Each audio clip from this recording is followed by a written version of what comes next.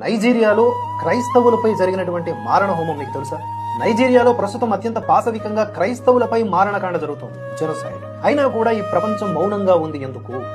అమెరికాలో చార్లీ కిర్క్ని కాల్చి చంపితే పెద్ద ఎత్తున నిరసనలు చేశారు. మరి నైజీరియా క్రైస్తవులపై జరిగిన ఈ మారణ హోమానికి నిరసన కాదు కదా, కనీసం శ్రద్ధాంజలి కూడా పాటించడం లేదు. 2009 నుండి ఇప్పటి వరకు 52,250 మంది క్రైస్తవులు నరమేధం చేయబడ్డారు. 2023 మొదటి 100 రోజుల్లోనే 1041 మంది వధించబడ్డారు. 2022లోనే 5,069 మంది క్రైస్తవులు హతమయ్యారు. 18,000 చర్చిలు దాడి చేయబడి ధ్వంసం చేయబడ్డాయి.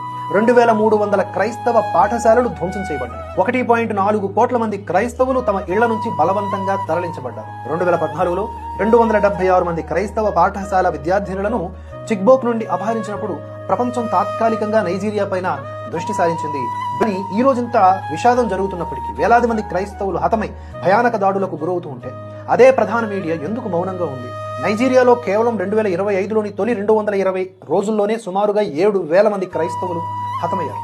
అంటే సగటున రోజుకి 35 మరణాలు అని international society for civil liberties and rule of law నివేదిక తెలియజేస్తోంది. ఈ దాడులు ఇస్లామిక్ తీవ్రవాద సిద్ధాంతాలకు కట్టుబడిన రాడికల్ గ్రూపులు, ఫులానీ మిలిటెంట్లచే జరుపుతూ ఉన్నాయి. 2009 నుండి 62,000 మందికి పైగా క్రైస్తవులు హతమయ్యారు. వేలాది చర్చిలు కాల్చివేయబడ్డాయి. నైజీరియాలో క్రైస్తవుడు అనే పదం విస్తృతముగా ఉపయోగించబడుతుంది. అందులో ఉగ్రవాదం, విషాదం రెండింటినీ అనుభవిస్తూ ఉన్నారు. భయం మొత్తం ప్రాంతాలను నిద్రలేకుండా చేస్తుంది.